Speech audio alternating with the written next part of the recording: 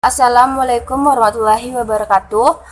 Perkenalkan, nama saya Diana Sukmawati Dewi, NIM 1920111100054, Prodi Manajemen Angkatan 2019, asal Tanjung Bumi, Bangkalan, Madura. Saya akan menjelaskan jenis-jenis uang. Jenis-jenis uang dibedakan menjadi 4, yaitu berdasarkan bahan pembuatan, berdasarkan nilai, berdasarkan lembaga dan penerbit, dan berdasarkan kawasan. Pertama, berdasarkan bahan pembuatan. Uang terbagi menjadi 2, yaitu uang logam dan uang kertas. Uang logam terbuat dari logam, perak, emas dengan nominal kecil. Sedangkan uang kertas harus terbuat dari kertas yang tidak mudah robek, tahan terhadap air, nominalnya biasanya besar seperti 10.000, 20.000, dan lainnya. Yang kedua, berdasarkan nilai. Uang yang berdasarkan nilai terbagi menjadi 2, yaitu bersifat penuh dan bersifat tidak penuh. Uang bernilai penuh atau full bodied money, uang yang nilai intrinsiknya sama dengan nilai nominal.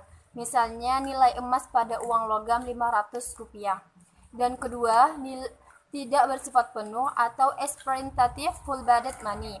Nilai intrinsik lebih kecil dari nilai nominal dan biasanya terdapat pada uang kertas. Ketiga, berdasarkan lembaga yang menerbitkan. Uang kartal diterbitkan oleh Bank Indonesia sebagai bank sentral dan digunakan oleh seluruh masyarakat dalam bentuk logam dan kertas.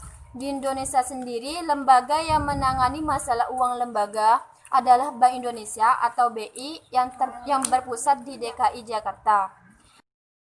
Dan yang keempat, berdasarkan kawasan. Uang berdasarkan kawasan terbagi menjadi 3 kelompok. Yang pertama, uang lokal, uang regional, dan uang internasional. Uang lokal sendiri ialah uang yang bisa digunakan di satu negara. Yang kedua, uang regional, uang yang bisa digunakan di satu kawasan yang lebih luas. Misalnya euro, dapat digunakan di beberapa negara di benua Eropa. Dan yang ketiga, uang internasional, uang yang berlaku di seluruh dunia sebagai standar pembayaran. Tujuan penerapan quantity theory of money. Penerapan teori kuantitas uang yang bertujuan untuk menghapus kebijakan moneter sebagai sumber ketidakstabilan makroekonomi dengan menargetkan tingkat pertumbuhan uang beredar yang rendah dan konstan. Namun, identifikasi praktis dari jumlah uang beredar yang relevan dan termasuk juga pengukuran sering terjadi kontroversial dan mengalami kesulitan. Hal itu menjadi lebih ketika intermediasi keuangan tumbuh dalam kompleksitas dan kecanggihan pada tahun 1980 sampai 1990-an. Untuk mengatasi masalah ini, beberapa bank sentral yang telah menargetkan jumlah uang beredar kembali menargetkan suku bunga. Mulai tahun 1090, semakin banyak bank sentral mulai mengkomunikasikan target inflasi sebagai pedoman utama bagi publik. Alasannya, penargetan bunga menjadi alat yang kurang efektif dalam fase bunga rendah dan tidak bisa mengatasi ketidakpastian publik tentang tingkat inflasi di masa depan sesuai yang diharapkan. Komunikasi target inflasi membantu menjangkar ekspektasi inflasi publik yang membuat bank sentral lebih bertanggung jawab atas tindakan mereka dan mengurangi ketidakpastian ekonomi di antara peserta dalam perekonomian.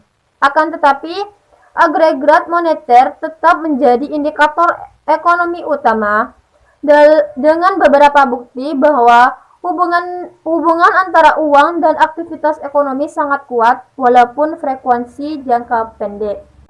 Kesimpulan dari presentasi ini ialah uang adalah suatu benda yang diterima secara umum oleh masyarakat untuk mengukur nilai, menukar, dan melakukan pembayaran atas pembelian barang dan jasa. Dan pada waktu yang bersamaan bertindak sebagai alat penimbun kekayaan. Uang digunakan sebagai alat pembayaran dan menghindari kerugian atau ketidaknyamanan yang disebabkan sistem barter. Dengan uang, kita tidak perlu membawa-bawa barang berat atau kesulitan mencari barang tertentu hanya untuk menukarkan dengan barang lain.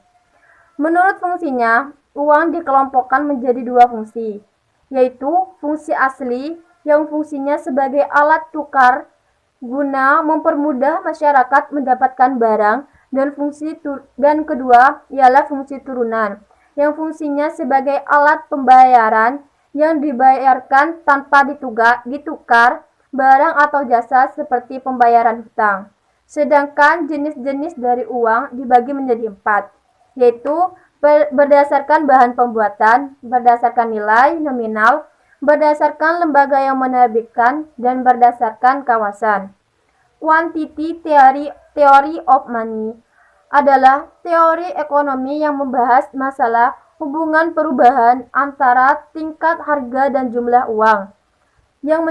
Yang penciptanya sendiri adalah seorang matematikawan yang berasal dari Polandia yang bernama Nicolaus Copernicus pada tahun 1517 yang bertujuan untuk menghapus kebijakan moneter sebagai sumber ketidakstabilan makroekonomi dengan menargetkan tingkat pertumbuhan uang beredar yang rendah dan konstan. Teori tersebut menyatakan bahwa tingkat harga dan jasa sama dengan jumlah uang yang beredar, yang artinya terdapat hubungan antara kuantitas uang dan tingkat harga atau jasa yang dijual.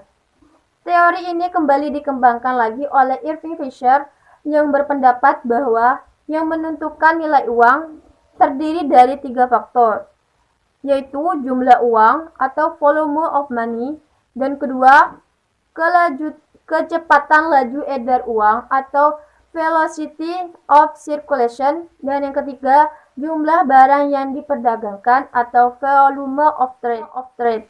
John Maynard Keynes berpendapat bahwa jumlah uang ditentukan oleh daya beli dan permintaan yang dikembangkan sendiri dari persamaan kuantitasnya. Dengan demikian, dia menerima teori tersebut dengan akurat hanya dalam jangka panjang saja. Karena menurutnya, teori tersebut berlawanan dengan pemikiran kontemporer, kecepatan dan stabilnya output, sehingga karya atau pemikiran dari Keynes ditanggapi kembali oleh Milton Friedman, yang menurutnya Keynes mengalihkan fokus dari kuantitas uang dan menempatkan fokus pada harga dan output. Teori kuantitas uang ini tetap penting, bahkan dalam dekade setelah monetarisme Friedman terjadi. Bagian-bagian dari Quantity Theory of Money terdapat teori kuantitas pendekatan transaksi yang terdiri atas teori kuantitas sederhana, karya David Hume dan Ricardo, yang berpendapat bahwa nilai uang berbanding terbalik dengan jumlahnya. Dan yang kedua, teori kuantitas karya Irving Fisher yang berpendapat bahwa yang menentukan nilai uang atau dengan perkataan lain menentukan tingkat harga terdiri dari 3 faktor, yakni jumlah uang, kecepatan laju edar uang, dan jumlah barang yang diperdagangkan. Yang ketiga, teori Income Velocity Approach diajukan oleh Marshall dari Cambridge University, sehingga sering disebut juga sebagai Marshall Equation, berbeda dengan teori kuantitas sebelumnya. Income Velocity Approach Marshall menghubungkan kuantitas uang dengan pendapatan nasional bruto atau Gross National Product GNP. Yang ketiga, teori kuantitas keseimbangan tunai Cash Balance Approach yang diajukan oleh D.H. Robertson. Cash Balance Approach pada dasarnya merupakan penyempurnaan dari teori Fisher Equation, asumsi yang dipergunakan dalam teori keseimbangan tunai. Sekian presentasi dari saya, Diana Sukmawati Dewi. Assalamualaikum warahmatullahi wabarakatuh.